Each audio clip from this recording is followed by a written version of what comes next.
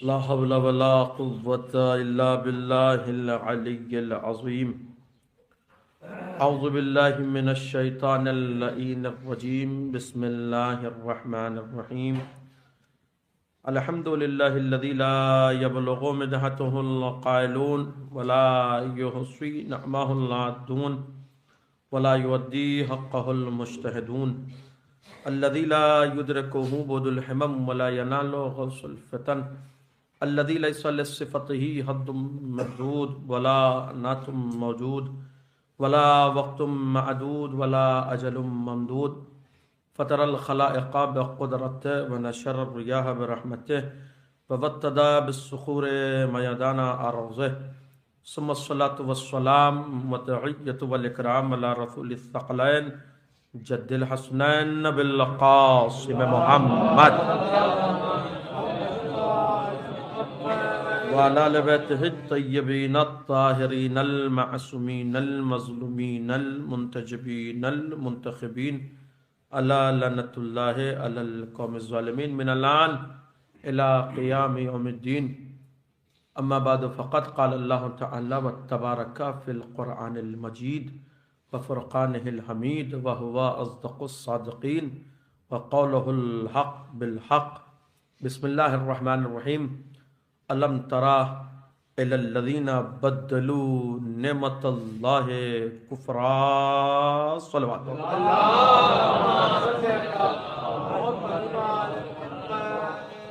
حاضرین بز، وازاداران سرکار ابا عبداللہ الحسین و ماتمداران غازی ابو الفضل العباس، ایام عزائے فاطمی کی یہ آخری مجلس، اور خدا کرے کہ وہ ایام ہم تک ویسے ہی پہنچیں کہ جیسا اہل بیت ہم تک پہنچانا چاہتے ہیں.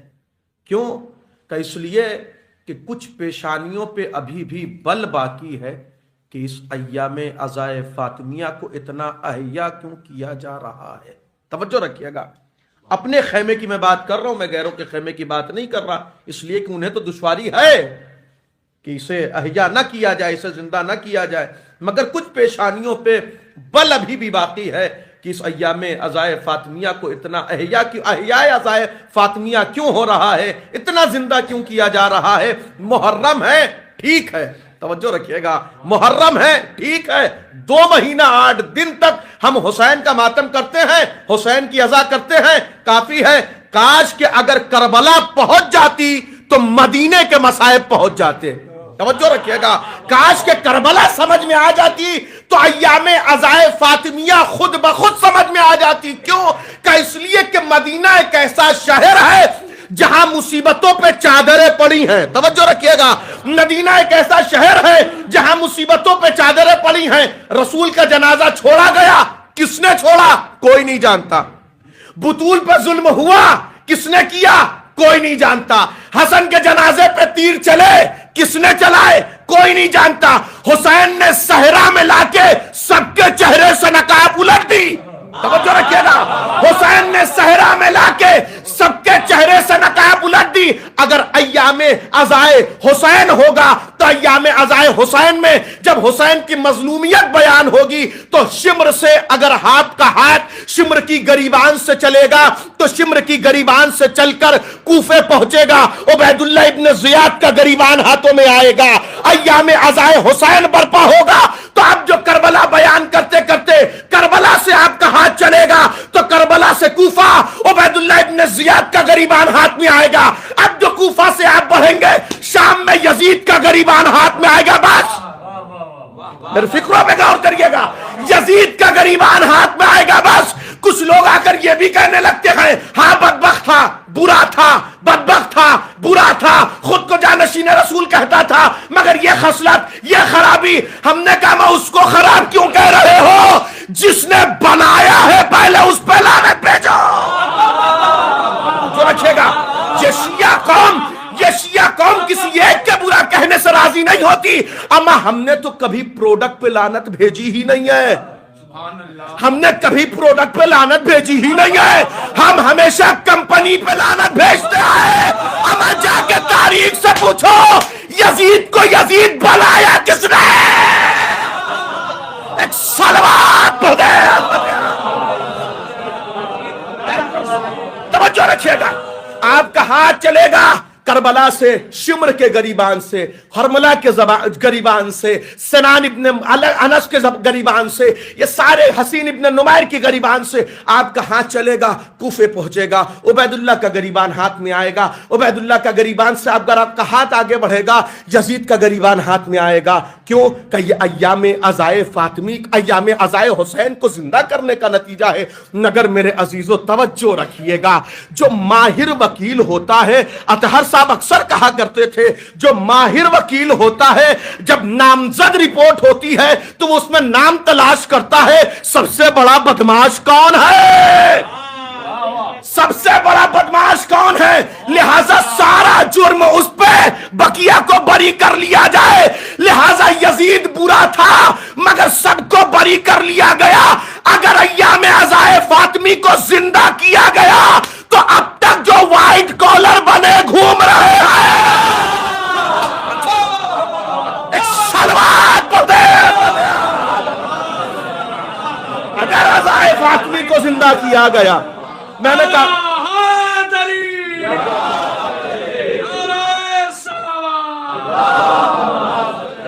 آپ کی سماعتیں بیدار ہیں. آپ کی سماعتوں کے حوالے ایک اور فقرہ عرض کر کے میں اپنی آیت تک پہنچ جاؤں. امام حسین نے کربلا میں سب کے چہروں سے نقاب الٹ دی، البتہ ہم سمجھ نہیں پائے، البتہ ہم پہچان نہیں پائے، البتہ ہم ادراک نہیں کر پائے، البتہ ہمیں وہ افہام و تفہیم حاصل نہیں ہوا جو حسین ہمیں دینا چاہتے تھے. حسین نے کہا تمہیں یاد نہیں ہے زہرا کا در کس نے جلایا تھا؟ تو آ کے دیکھو زینب کا خیمہ کس نے جلایا ہے. تمہیں یاد نہیں ہے زہرا کا در کس نے جلایا تھا؟ تو آ کے دیکھو زینب کا خیمہ کس نے جلایا ہے. ہم نے تاریخ سے پوچھا زینب کا خیمہ کس نے جلایا ہے؟ تاریخ نے کہا عمر سعد نے. حسین نے کہا نام میں نے کربلا میں دے دیا، اب کردار تم تلاش کرنا. ایک صلوات پڑھ دے. حسین نے کربلا میں سب پہنچا دیا. توجہ بس یہ ہے کہ ہمیں سمجھنے کی ضرورت ہے. قرآن مجید سے پوچھیں آپ تو قرآن مجید نے ایک جگہ بالکل سورہ مبارکہ ابراہیم آیت نمبر 28 جو میرا عنوان کلام ہے کہ جس میں خدا کہہ رہا الم تری الی الذین بدلوا نعمت اللہ کفرا. اے میرے حبیب کیا آپ نے نہیں دیکھا کہ جنہوں نے اللہ کی نعمت کو، عزائے فاطمیہ کی مجلس ہے، توجہ رکھیے گا، آیت بتائے گی، مفہوم پہنچائے گی. الم تری الی الذین بدلوا نعمت اللہ کفرا. اے میرے حبیب آپ نے نہیں دیکھا کہ جنہوں نے اللہ کی نعمت کو کفر سے بدل دیا، اللہ کی نعمت کو کفر سے بدل دیا. اگلے فقرے نے اس کا نتیجہ بتایا وَأَحَلُّوا قَوْمَهُمْ دَارَ الْبَوَارِ. جب اللہ کی نعمت کفر سے بدلی جاتی ہے تو بدلنے والا اکیلا جہنم میں جانے کا سبب نہیں بنتا بلکہ پوری قوم کو جہنم میں لے کے جاتا ہے. توجہ رکھیے گا وَأَحَلُّوا قَوْمَهُمْ دَارَ الْبَوَارِ. تو اکیلا جہنم میں نہیں جائے گا بلکہ پوری ایک ملت، پوری ایک قوم کو جہنم میں لے جانے کا سبب بنے گا. تو ہمیں قرآن کہہ رہا ہے نا کوئی اکیلا ہوگا مگر پوری قوم کو جہنم میں لے کے جائے گا. قرآن ہے کوئی اکیلا ہوگا مگر پوری قوم کو جہنم میں لے کے جائے گا. آیت کا دو جز ہے الم تری الی الذین بدلوا نعمت اللہ کفرا. جب اللہ کی نعمت کا کفران ہونے لگے، جب اللہ کی نعمت کو کفر سے بدلا جانے لگے تو اللہ کی نعمت کیا ہے؟ اللہ کی نعمت ہے کیا؟ اگر اللہ کی نعمت پتا چلے تب تو ہم کفر سے نہ بدلے، تب تو ہم کفران نعمت نہ کریں. اللہ کی نعمت کیا ہے؟ ہم نے ہاتھوں کو جوڑا، مولوی صاحب یہ بتائیے اللہ کی نعمت کیا ہے؟ کہ کھانا پینا. آپ نے کسی مسجد میں کسی مولوی کو دعا کراتے ہوئے دیکھا کہ اللہ فلاں کے رزق میں اضافہ کر دے تو آپ کے ذہن میں یہ خیال آیا کہ رزق تو صحت بھی ہے؟ آپ کے ذہن میں یہ خیال آیا کہ رزق تو اولاد بھی ہے؟ آپ کے ذہن میں یہ خیال آیا رزق تو بینائی بھی ہے؟ آپ کے ذہن میں کوئی خیال آیا کہ رزق تو گویائی بھی ہے؟ آپ کے ذہن میں خیال آیا کہ رزق تو سماعت بھی ہے؟ آپ کے ذہن میں خیال آیا رزق تو عمر بھی ہے؟ جب ہوا کہ اللہ رزق میں اضافہ کر دے ایک خیال ذہن میں آیا، کیا؟ دولت، انکم. یہی خیال آتا ہے بھائی میں اپنی جانتا ہوں، مجھے سب کا نہیں پتا، مگر اگر قضیے کو حمد بر صحت بھی کیا جائے تب بھی اکثریت وہی ہے کہ جس کے ذہن میں یہی خیال آئے۔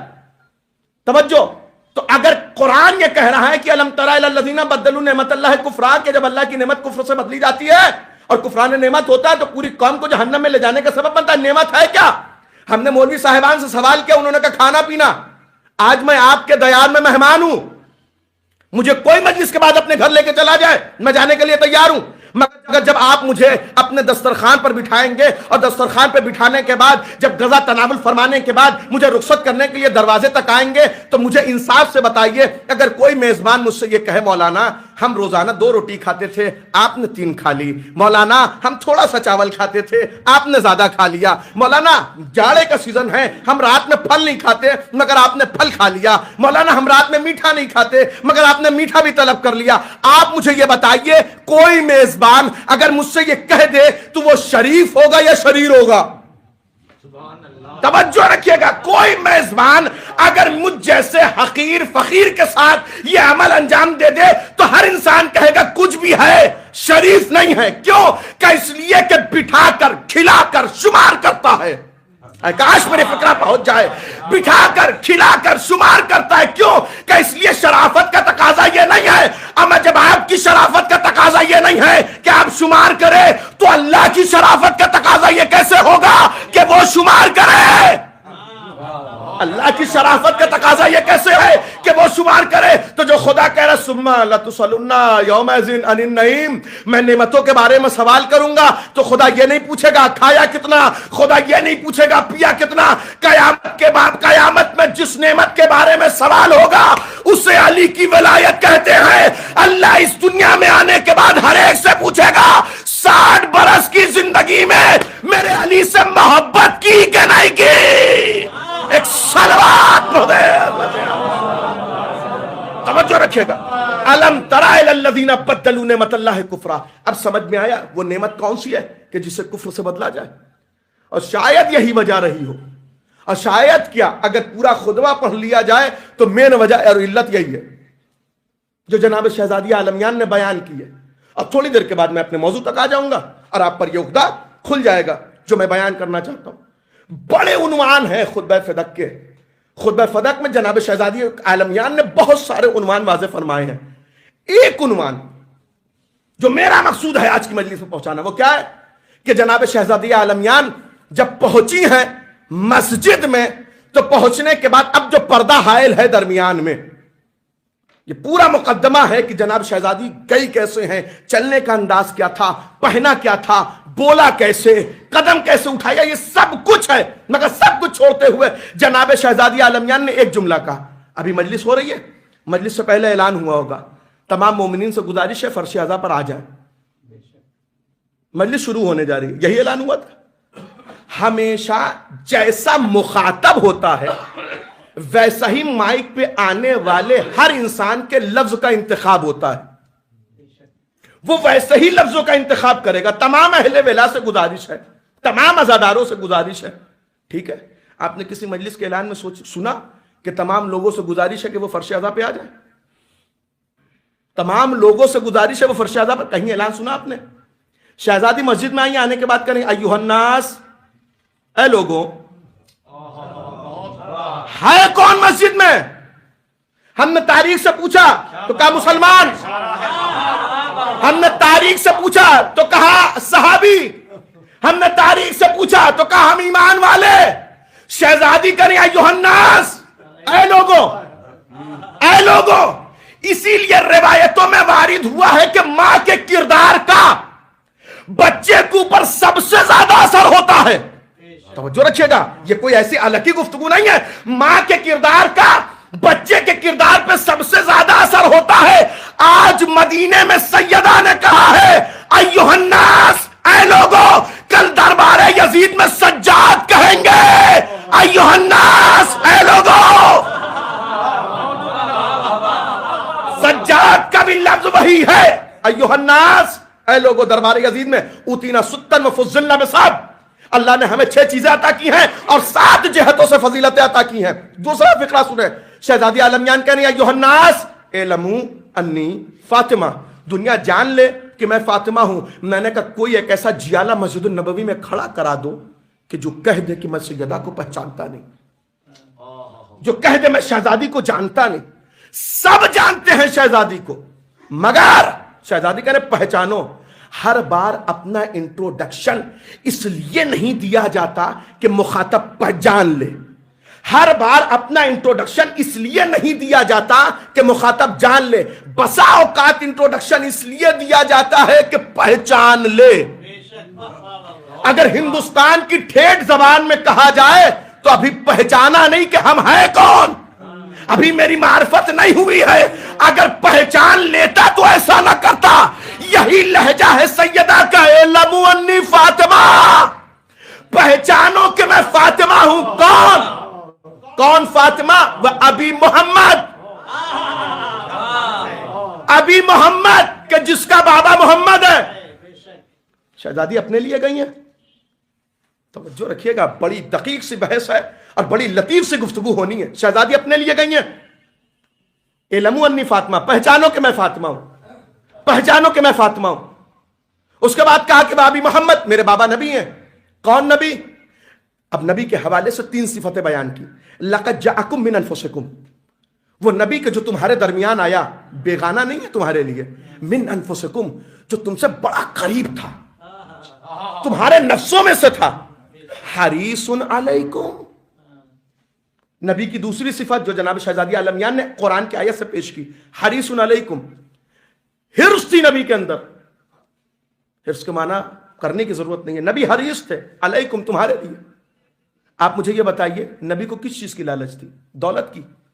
اگر دولت کی لالچ ہوتی تو جو ڈیلیگیشن ابو طالب کے پاس آیا تھا, اے محمد اپنے بھتیجے سے کہہ دو اگر دولت چاہیے تو ہم دولت دینے کے لیے تیار ہیں, اس سے کہو کالے رسالت بند کر دیں.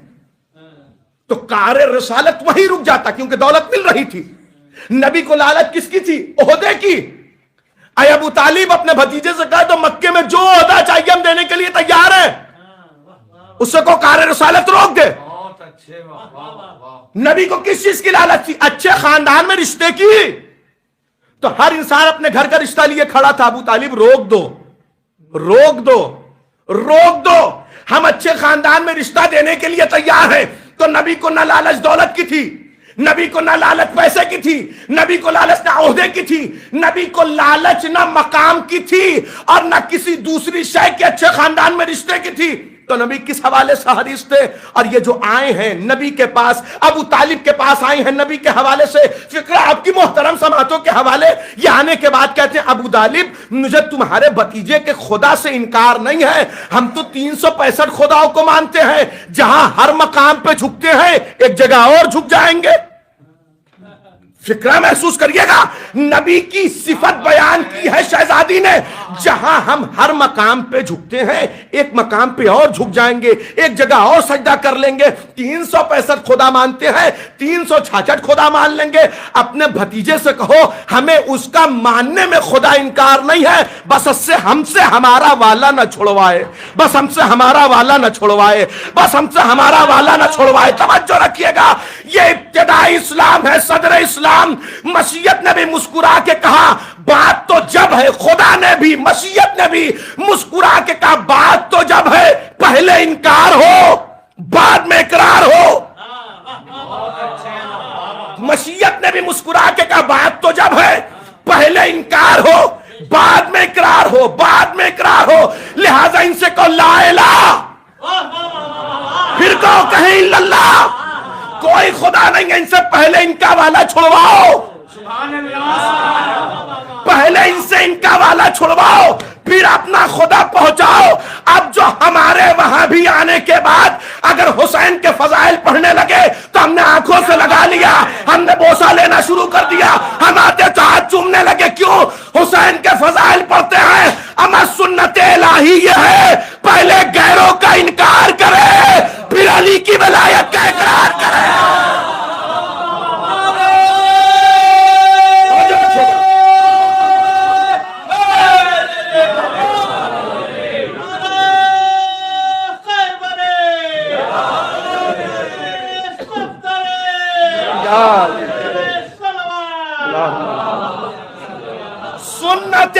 الہی یہ ہے، انکار پہلے ہو اقرار بعد میں ہو، یہ روشن خیالی ہے، اور یہ روشن خیالی ہے، ہر انسان احترام کرنے لگتا ہے، اما کم سے کم فضائل بیان تو کر رہے ہیں۔ ہم نے کہا پوری دنیا کو خاندان رسالت میں ایک برائی نظر نہیں آتی تو فضائل کے علاوہ بیان کیا کرے گا؟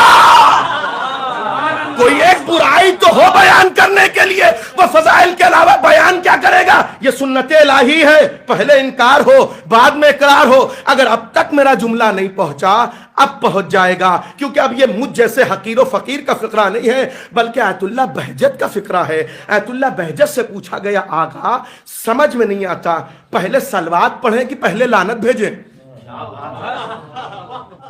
سوال کی گہرائی محسوس کریں۔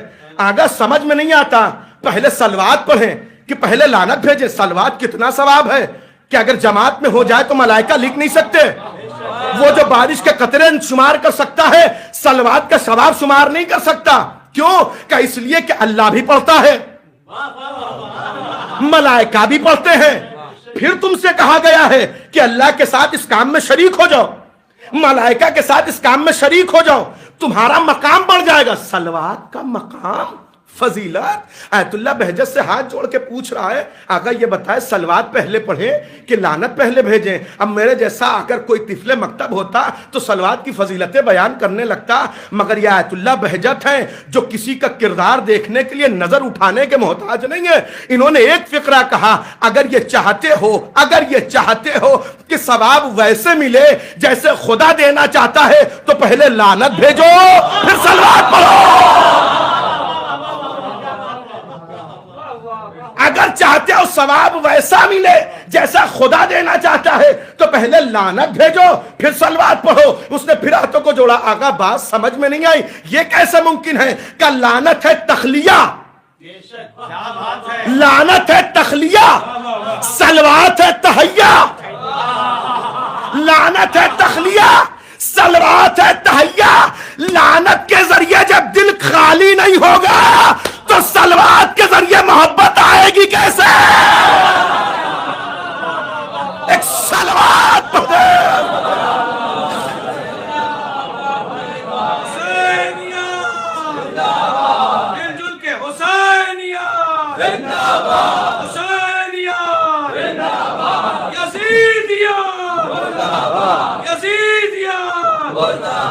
اور دشمنان اہل بیت لانا، اور دشمنان اہل بیت لانا، نعرہ سلام۔ بہجت نے کہا لعنت ہے تخلیہ، صلوات ہے تحیہ۔ پہلے خالی تو کرو تاکہ بھرا جائے، جب تک خالی نہیں کیا جائے گا تب تک بھرا نہیں جا سکتا۔ لعنت کے ذریعے دل غیروں سے خالی کرو تاکہ صلوات کے ذریعے اہل بیت تم تک پہنچے۔ اب شہزادی کا فقرہ سنیں، ایھا الناس اعلموا انی فاطمہ، مجھے پہچانو کہ میں فاطمہ ہوں، وہ ابی محمد، میرے بابا کا نام محمد ہے، میں محمد کی بیٹی ہوں۔ توجہ، اس کے بعد کیا کہا؟ کون محمد؟ جسے خدا نے تمہارے درمیان بھیجا، جو تمہارا اپنا ہے، بیگانہ نہیں ہے، جو حریص علیکم، جو تمہارا حریص ہے، حریص ہے، حریص تمہارے لیے حریص ہے۔ میں نے کہا نبی کو لالچ دولت کی نہیں تھی، نبی کو لالچ مقام کی نہیں تھی، نبی کو لالچ اچھے خاندان میں رشتے کی نہیں تھی۔ نبی بسا اوقات قرآن مجید میں تو مشیت نے ایسا لہجہ اختیار کیا ہے، میرے حبیب پریشان نہ ہو، تمہاری زحمتوں کے نتیجے میں یہ ایمان لانے والے نہیں ہیں، تم ان کے لیے پریشان نہ ہو، تم ان کے لیے زحمتیں برداشت نہ کرو۔ نبی کی ایک صفت بھی یہ ہے کہ اگر کسی کو کوئی ڈیوٹی دی جائے تو جب تک اس کی ڈیوٹی رہتی ہے تب تک وہ پیغام پہنچاتا ہے، مگر نبی کی صفت یہ ہے، اللہ نے کار رسالت انجام دینے کے لیے جب محمد کا انتخاب کیا تو نبی نے صرف ابلاغ رسالت نہیں کیا، صرف اللہ کا دین پہنچایا نہیں، بلکہ نبی کی کوشش یہ تھی کہ دین دلوں میں اتار دے۔ نبی کی کوشش یہ تھی کہ کہ دین دلوں میں اتار دے، لہذا نبی تڑپتے تھے، لہذا نبی پریشان ہوتے تھے، لہذا نبی پچھاڑے کھاتے تھے. کیوں؟ اس لیے کہ نبی جب کسی کو بتوں کے سامنے سجدہ کرتا دیکھتے تھے تو نبی کہتے تھے بتاؤ اتنا اچھا پروردگار موجود ہے جو رحمان ہے، جو رحیم ہے، جو کریم ہے، جو اول ہے، جو آخر ہے، جو ظاہر ہے، جو باطن ہے، جو ازل بھی ہے، جو ابد ہے. اتنا اچھا پروردگار موجود ہے، یہ جبینوں کو رسوا کر رہا ہے، یہ بتوں کو سجدہ کر رہا ہے. نبی اس لیے پریشان ہوتے تھے جب خدا ہے تو غیر خدا کو سجدہ کیوں ہو رہا ہے. ایک مرتبہ شہزادی دربار میں آئی کہ میں اسی رسالت کا جز ہوں، میں اسی نبوت کا جز ہوں. جو تڑپ نبی کے اندر تھی وہی تڑپ میرے اندر ہے. میرا بابا یہ سوچ کے تڑپتا تھا جب خدا جیسا خدا موجود ہے تو غیروں کو سجدہ کیوں ہو رہا ہے. میں بھی یہ سوچ کے دربار میں آئی ہوں جب علی جیسا امام موجود ہے تو غیروں کی بیعت کیوں ہو رہی ہے. ایک سلوات پڑھ دے. یہ درد ہے میرے اندر، یہ درد ہے زہرا کا. جب علی جیسا امام موجود ہے بیعت اس کی ہو، علی کے غیر کی بیعت کیوں ہو رہی ہے؟ توجہ رکھیے گا، علی کے علاوہ کسی دوسرے کی بیعت. تڑپ گئی سیدہ، آ گئی. پھر میں لوٹ رہا ہوں شہزادی کے فقرے پہ. لَقَدْ جَاءَكُم مِّنْ أَنفُسِكُم، نبی تمہارے نفسوں میں سے ہے، تم سے بہت قریب. حریص علیکم، وہ نبی جس کو تڑپتا تھا تمہارے لیے، جو بے چین ہوتا تھا، جس پہ تڑپ پائی جاتی تھی. تیسری صفت رؤوف، جو خالی تڑپتا نہیں تھا، مہربان بھی تھا. اتنا مہربان کہ کوڑا پھینکے جانے پہ رستہ نہیں بدلا بلکہ کردار بدل دیا. اتنا مہربان جس نے رستہ نہیں بدلا بلکہ جو پھینک رہی تھی کوڑا اس کا کردار بدل دیا. پوری تاریخ نبوت سنا دی شہزادی نے.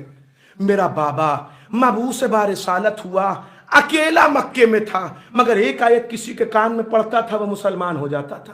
پوری تاریخ رسالت سنا دی، اور سنانے کے بعد شہزادی نے مقدمے پیش کرنا شروع کیے. شہزادی کا فقرہ سنیں. شہزادی نے پوری تاریخ رسالت سنائی اور پھر اس کے بعد مقدمے پیش کرنا شروع کیے. یہ میرے بابا نے مجھے ہبہ کیا تھا، ہدیہ دیا تھا. کہ ہبہ کیا تھا، ہدیہ کیا تھا؟ کوئی تحریر ہے؟ کوئی گواہ ہے؟ کہاں گواہ ہے؟ ٹھکرا دی گئی بھائی، گواہی ٹھکرا دی گئی. ابھی یہ فقرہ عرض نہیں کرنا ہے مگر میں اپنے لفظوں پہ توجہ چاہوں گا. پہلا مقدمہ پیش ہوا ہبہ ہے، ہدیہ ہے. کہا نہیں، گواہی مکمل نہیں ہے. پھر میرے بابا کی میراث سمجھ کے دے دو. تو اب تک جنہوں نے حسبنا کتاب اللہ کہا تھا نبی کے بعد پیر کانپنے لگے. سب سے پہلے انہوں نے ہی حدیث پڑھی کہ ہم گروہ انبیاء ناوارث بنتے ہیں، ناوارث بناتے ہیں، ہم جو چھوڑ جائیں وہ صدقہ ہے. ٹھیک. نبی نے، شہزادی نے کہا سہم ذی القربہ سمجھ کے دے دو، سہم ذی القربہ سمجھ کے دے دو. 3 مقدمے کیے. پہلا ہدیہ ہے، ہبہ ہے بابا کا. دوسرا میراث ہے. تیسرا سہم ذی القربہ سمجھ کے دے دو. انہوں نے ہر مقدمے کو خارج کر دیا. اگر میری بات پہنچ گئی تو میرا نتیجہ پہنچے گا. پوری تاریخ رسالت شہزادی نے سنائی. پھر کہا ہدیہ ہے، پھر کہا میراث ہے، پھر کہا کہ سہم ذی القربہ سمجھ کے دے دو. مگر شہزادی کے گواہ ٹھکرائے گئے، شہزادی کی تحریر ٹھکرائی گئی، شہزادی کا دعویٰ ٹھکرایا گیا، سہم ذی القربہ سے انکار کیا گیا. مگر بھری ہوئی مسجد النبوی میں کوئی ایک ایسا جیالا کھڑا نہ ہوا جو کہتا سیدہ باپ کی میراث لینے آئی ہو تو اکیلی کیوں آئی ہو؟ 3 بہنیں اور کہاں ہیں؟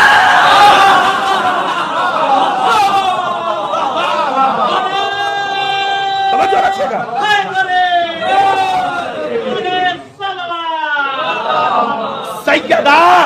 سیدہ باپ کی میراث لینے آئی ہو، اکیلی کیوں آئی ہو؟ 3 بہنیں اور کہاں ہیں؟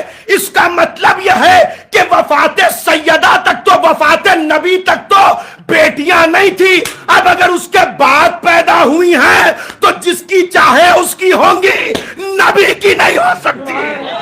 ایک صلوات پڑھ دے. توجہ رکھیے گا. شہزادی نے کیا کہا؟ اب جنہیں غدیر کا من کنتم مولا یاد نہیں رہا، انہیں بہنیں کیسے بھول گئیں؟ جنہیں در رسالت پہ، در سیدہ پہ سلام کرنا یاد نہیں رہا، انہیں بہنیں کیسے بھول گئیں؟ جنہیں در سیدہ پر آ کر رسول کو اہل بیت کہنا یاد نہیں رہا، انہیں بہنیں کیسے بھول گئیں؟ اس کا مطلب کہ اب تک تو نہیں ہے. اور ایک روایت اور سن لے اسی باب میں، ایک روایت اور سن لے. شیعہ سنی اکثر اہل سنت نے اس روایت کو لکھا ہے کہ رسول کے زمانے میں، مقدمہ سنیے گا، رسول کے زمانے میں رسول نے ایک اعلان کیا تھا. اعلان نہیں، وعدہ ہے. وعدہ ہے کس سے؟ بڑا محترم نام ہے، ہمارے وہاں تو محترم ہے، غیروں کو وہاں بھی محترم ہے. ہمارے وہاں جابر ابن عبداللہ الانصاری، آج تک حدیث قصہ انہی سے روایت ہے جو ہم پڑھتے ہیں. جابر سے ایک وعدہ، کربلا کا پہلا زائر اور وہیں کا جابر، نبی نے ایک وعدہ کیا تھا. جابر سنو، ایسا ہے کہ میرے پاس ملک بحرین سے کچھ قیمت آنے والی ہے، جب وہ پہنچ جائے گی جابر تو میں اس میں سے فلاں فلاں فلاں مقدار تمہیں دے دوں گا. یہ نہیں بتایا کتنی، 50، 100، 200، 300، 500، 1000، جابر تمہیں دے دوں گا. ٹھیک ہے رسول اللہ. اب قبل اس کے کہ وہ قیمت آتی، فقرہ محسوس کریے گا، آپ کی سماعتیں بیدار ہیں. قبل اس کے کہ وہ بحرین کی قیمت آتی، وفات کی چادر میں نبی کی شہادت ہو گئی. قبل اس کے کہ وہ قیمت آتی، وفات کی چادر میں نبی کی شہادت ہو گئی. اب جو نبی کی شہادت ہو گئی، اس کے بعد وہ قیمت آئی. اب جو قیمت آئی تو مسجد النبوی میں جو گدی نشین بیٹھا تھا، اس نے کہا اعلان کر دو کہ اگر کسی کے پاس نبی کا کوئی وعدہ موجود ہے تو میں اس وعدے کو پورا کروں گا. سرکاری اعلان ہوا. پہلا سرکاری اعلان یہ ہوا کہ ہم نبی کے وعدے کو پورا کریں گے. اب یہیں سے سمجھ جائیے کہ سرکاری اعلان اور ہوا کرتے ہیں، الہی اعلان اور ہوا کرتے ہیں. سرکاری اعلان ہوا کہ دو ہم نبی کے وعدے کو پورا کریں گے. حالانکہ یہ جو اعلان کروا رہا ہے، اس نے اپنی زندگی میں ہی اقرار کیا ہے کہ اگر نبی کا وعدہ پورا کرنے کا حق کسی کو ہے تو علی ابن ابی طالب کو. کیوں؟ کہ اس لیے کہ دونوں کی گرفت برابر ہے. رسالت کے جلوے نبوت میں دیکھ، نبوت کے جلوے امامت میں دیکھو، الٹ کے پلٹ کے پلٹ کے الٹ کے. آپ کو حفظ ہے؟ انہوں نے خود اقرار کیا ہے کہ اگر نبی کا وعدہ پورا کرنے کا حق کسی کو پہنچتا ہے تو علی کو. کیوں؟ کہ دونوں کی گرفت برابر ہے. مگر اعلان ہوا آج موجود ہے روایتوں میں. جب اعلان ہوا تو جابر نے بھی سنا. اب بھیا یہ کہہ کے تو کوئی بچ نہیں سکتا کہ جملہ تھا. توجہ رکھیے گا. ایک سلوات پڑھ دے مل جل کر. اب یہ کہہ کے دامن چھڑایا نہیں جا سکتا کہ جملہ تھا. اعلان ہوا باقاعدہ. جابر پہنچے مسجد النبوی میں. اب اگر میرا مقدمہ پہنچ گیا تو خدا را نتیجہ میرا پہنچ جائے گا. جابر پہنچے مسجد میں. یہ جو گدی نشین ہے اس نے ایک مرتبہ جابر کی طرف دیکھا. جابر بتاؤ کیوں آئے ہو؟ کہ نبی نے مجھ سے وعدہ کیا تھا اپنی زندگی میں کہ جابر بحرین کی قیمت پہنچ گئی تو میں فلاں مقدار تمہیں دے دوں گا. فوراً حکم صادر ہوا کہ اتنی مقدار بیت المال سے جابر کو دے دی جائے. میں نے ہاتھوں کو جوڑ کے کہا مسجد النبوی میں کوئی ایک ایسا منصف مزاج مجھے نظر نہیں آیا جو جابر سے پوچھتا کوئی گواہ ہے. میں نے ہاتھوں کو جوڑ کے کہا مسجد النبوی میں بھری ہوئی مسجد میں کوئی ایک ایسا منصف مزاج نظر نہیں آیا جو یہ کہتا جابر کوئی گواہ ہے. نبی کا وعدہ ہے نا، کوئی گواہ ہے، کوئی تحریر ہے. کب نبی نے وعدہ کیا؟ دن میں کیا، رات میں کیا، سفر میں کیا، حضر میں کیا، کہاں وعدہ کیا؟ حالانکہ جابر کی صداقت پہ قرآن میں کوئی آیت موجود نہیں ہے. جابر کی صداقت پہ قرآن میں کوئی آیت موجود نہیں ہے. مگر جابر سے گواہی نہیں مانگی گئی. مگر جب سیدہ نے اپنا مقدمہ پیش کیا تو قرآن میں کم از کم ایک روایات ایسی ہے کہ جس میں تمام علماء شیعہ اور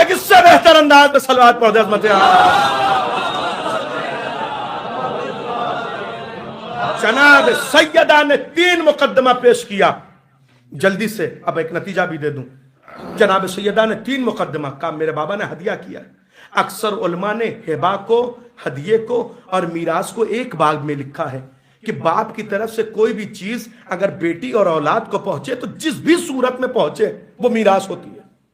تو اکثر علماء نے اس بات میں اتفاق کیا ہے ہدیہ اور میراث یہ ایک عنوان ہے، اسے الگ الگ نہیں لکھا ہے، مگر بعض نے الگ الگ لکھا ہے.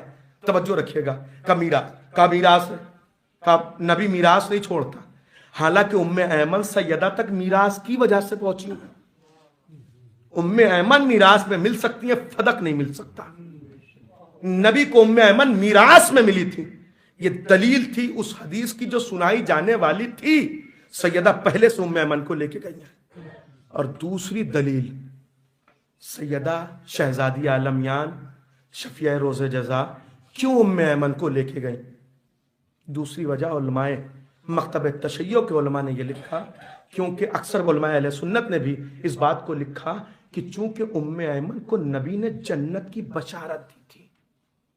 اپنی زندگی میں نبی نے کہا تھا ام ایمن تم جنتی ہو. یہ سب جانتے تھے کہ ام ایمن جنتی ہے. سیدہ نے کہا تم تو مانتے ہو نا جھوٹا جنت میں نہیں جاتا. مجھے نہ مانو کہ میں سیدۃ النساء العالمین ہوں، یہ تو جنتی ہے، یہ تو تم بھی کہتے ہو. جھوٹا تو جنت میں جائے گا نہیں. اب ام ایمن گواہی دے گی. ام ایمن نے گواہی دی. درمیان سے کوئی کھڑا ہوا. ام ایمن کی گواہی مکمل نہیں ہے چونکہ خاتون ہیں، اکیلی ہیں. سیدہ نے اپنے گواہوں کا ہاتھ پکڑا. گھر آ گئی. اب جو گھر آ گئی تو 2 نہج ملتی ہے جناب سیدہ کے حوالے سے. بعض نے یہ لکھا کہ مصلی پہ آ کے بیٹھ گئی.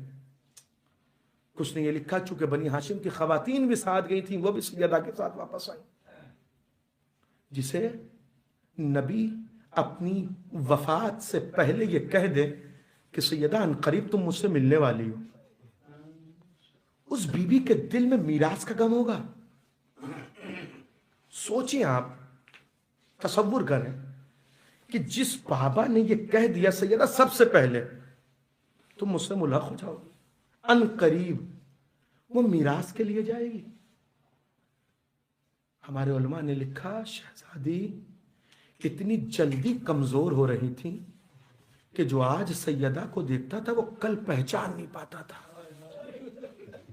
جو آج دیکھتا تھا وہ کل پہچان نہیں پاتا تھا. جو کل دیکھتا تھا وہ پرسوں پہچان نہیں پاتا تھا. ایک مرتبہ کچھ بیویاں آگے بڑھی. شہزادی زخم ایسا تو نہیں ہے کہ آپ اتنی جلدی کمزور ہو جائیں، آپ اتنی تیزی سے کمزور ہو جائیں. زخم تو ظاہراً ایسا نہیں لگ رہا کہ تمہیں یہ لگتا ہے کہ مجھے پسلیوں کا درد ہے. سیدہ کہہ رہی ہے تمہیں یہ لگتا ہے کہ مجھے پسلیوں کا درد ہے، مجھے درد یہ ہے کہ اب علی کو سلام نہیں کیا جاتا. اجرکم علی السحرہ. مجھے تو اس بات کا غم ہے کہ اب علی کو سلام نہیں کیا جا رہا. ہمارے چھٹے امام سے پوچھا گیا مولا 18 سال کی زندگی بظاہر موت کی نہیں ہوتی، کیا وجہ تھی آپ کی جدہ کا انتقال؟ کیا وجہ تھی آپ کی جدہ اتنی جلدی اس دنیا سے گزر گئی؟ ہمارے چھٹے امام نے نظروں کو جھکا کے کہا کنفس کا تازیانہ ایسا تھا کہ میری جدہ زہرا اس دنیا میں رہ نہ پائیں. میرا نواں امام جو 7 برس کی زندگی میں امامت کے منصب پر فائز ہو گیا، 4 برس یا 5 برس کی مدت میں آسمان کو دیکھ کے رویا کرتا تھا. نواں امام میرا 4-5 برس کی زندگی میں آسمان دیکھ کے رویا کرتا تھا. چاہنے والوں نے پوچھا مولا کیا ایسا دیکھتے ہیں آسمان کی جانب جو رونا آ جاتا ہے؟ کہ جب میں آسمان دیکھتا ہوں تو مجھے کسی پہلو پہ جلتا ہوا دروازہ گرتا ہوا نظر آتا. اجرکم علی الزہرا. خدا کوئی غم نہ دے. 2 وصیتیں پیش کرنی ہیں. تابوت آپ کے نظروں کے سامنے ہے. پرسہ پیش کر دیجئے گا۔ 2 وصیتیں جلدی سے آپ کی خدمت میں پیش کر دوں۔ پہلی وصیت جناب خدیجہ کی ہے۔ جناب خدیجہ جب اس دنیا سے جانے لگیں حالت احتضار میں تھیں، سیدہ کو قریب بلایا، سیدہ میرے قریب آؤ۔ سیدہ قریب پہنچی، 4 5 یا 6 برس کی ہیں جناب سیدہ۔ جناب زینب جتنی عمر ہے جناب زینب کی اتنی ہی عمر سیدہ کی ہے۔ خدیجہ نے قریب بلایا، جناب خدیجہ نے شہزادی قریب آئیں۔ جناب خدیجہ نے کہا میری لاڈلی دنیا جانتی ہے، میرا پروردگار جانتا ہے میں ملکۃ العرب تھی، زہرا میرے پاس بڑی دولت تھی، میں نے پوری دولت تیرے بابا کے دین پہ قربان کر دی۔ سیدہ آج خدا شاہد ہے میرے پاس کچھ نہیں بچا، میں انتقال ہونے والا ہے، حالت احتضار میں ہوں، مگر میری ایک خواہش ہے، مگر تیرے بابا سے کہتے ہوئے بڑی شرم آتی ہے، یہ میری خواہش اپنے بابا سے بیان کر دے۔ کہ اماں کیا بات ہے؟ جناب خدیجہ نے کہا جا کے اپنے بابا سے کہہ دینا جب میرا انتقال ہو جائے میرے کفن میں اپنے دوست کی ردا بھی رکھ دیں، میرے کفن میں اپنے دوست کی ردا بھی رکھ دیں۔ ایک مرتبہ سیدہ اپنے بابا کی خدمت میں پہنچی، بابا اماں کہہ رہی ہیں، اماں ہمیں چھوڑ کے جا رہی ہیں، اماں یہ چاہتی ہیں اماں کے کفن میں آپ اپنے دوست کی ردا بھی رکھ دیں۔ نبی دوڑے دوڑے آئے، خدیجہ کیسی بات کرتی ہو؟ جبریل نازل ہوئے، جنت کا کفن لے کر آئے، پروردگار عالم یہ خدیجہ کے لیے جنت کا کفن ہے جائے میرے حبیب جو پروردگار عالم نے بھیجا ہے۔ جیسے ہی نبی نے یہ جملہ سنا خدیجہ سے کہا خدیجہ تمہارے لیے جنت کا کفن آیا ہے۔ جناب خدیجہ نے مسکرا دیا۔ ایک مرتبہ کہا دوسری میری خواہش یہ ہے، اے میرے والی وارث، اے اللہ کے رسول، اے اللہ کے حبیب، اپنے مسلمانوں سے کہہ دیجئے گا، اپنے امتی سے کہہ دیجئے گا میرا وصال ہونے والا ہے، میرا انتقال ہونے والا ہے، میری بچی بڑی چھوٹی ہے، مسلمانوں سے کہنا زہرا کا خیال رکھے۔ یا رسول اللہ مسلمانوں سے کہنا زہرا کا خیال رکھیں۔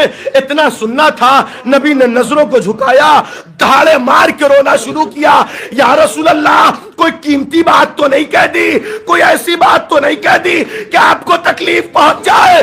نبی نے کہا خدیجہ جن کے حوالے کرنے کی بات کرتی ہو یہی جلتا دروازہ۔ اجرکم علی الزہرا۔ عزادارو ایک وصیت کا فقرہ اور سن لیں اور میں اپنی آخری منزل سے قریب ہو جاؤں۔ دوسری وصیت خود جناب خدیجہ کی ہے۔ روضۃ الواعظین میں یہ روایت میں نے پڑھی کہ ایک مرتبہ جب جناب سیدہ نے اپنے آپ کو حالت احتضار میں محسوس کیا، اسما کو بلایا، ام ایمن کو بلایا کہ جلدی سے جاؤ علی کو بلا کے لاؤ۔ اب جیسے ہی میرا مولا سیدہ کے قریب پہنچا، ایک مرتبہ میری شہزادی نے کہا علی میں کچھ وصیتیں کرنا چاہتی ہوں، میں کوئی بات کہنا چاہتی ہوں۔ جیسے ہی سیدہ نے یہ کہا وَأَخْرَجَ مَنْ كَانَ فِي الْبَيْتِ، روایت کا اور مقتل کا جملہ ہے، وَأَخْرَجَ مَنْ كَانَ فِي الْبَيْتِ، جتنے لوگ گھر میں تھے علی اٹھے، سب کا ہاتھ پکڑا، زینب حجرے کے باہر جاؤ، اسما حجرے کے باہر جاؤ، ام ایمن حجرے کے باہر جاؤ، سب کو حجرے سے باہر نکالا، دروازہ بند کیا۔ فجلس عند راسها، سیدہ کے سرہانے آ کے بیٹھے، سینے پہ سر رکھا۔ بتائے بنت رسول کیا بات ہے؟ جناب شہزادی عالمیان نے کہا اے علی، ایک جملہ کہا یبن امّے، ایک مرتبہ جیسے ہی پکارا ہے علی تمہیں پتا ہے یہ میری وصیت ہے۔ کون سی وصیت ہے؟ کہ یا علی ما اہدتنی کاذبا، اے علی تم تو جانتے ہو میں نے آج تک جھوٹ نہیں بولا۔ یا علی ما اہدتنی کاذبا، اے علی میں نے آج تک جھوٹ نہیں بولا۔ ہائے 75 دن کی زندگی میں اسے اتنا جھٹلایا گیا، اس شہزادی کو اتنا جھٹلایا گیا، اتنا جھٹلایا گیا، سیدہ کو وصیت کرنی پڑی علی میرے چاہنے والوں کو بتا دینا میں جھوٹی نہیں ہوں۔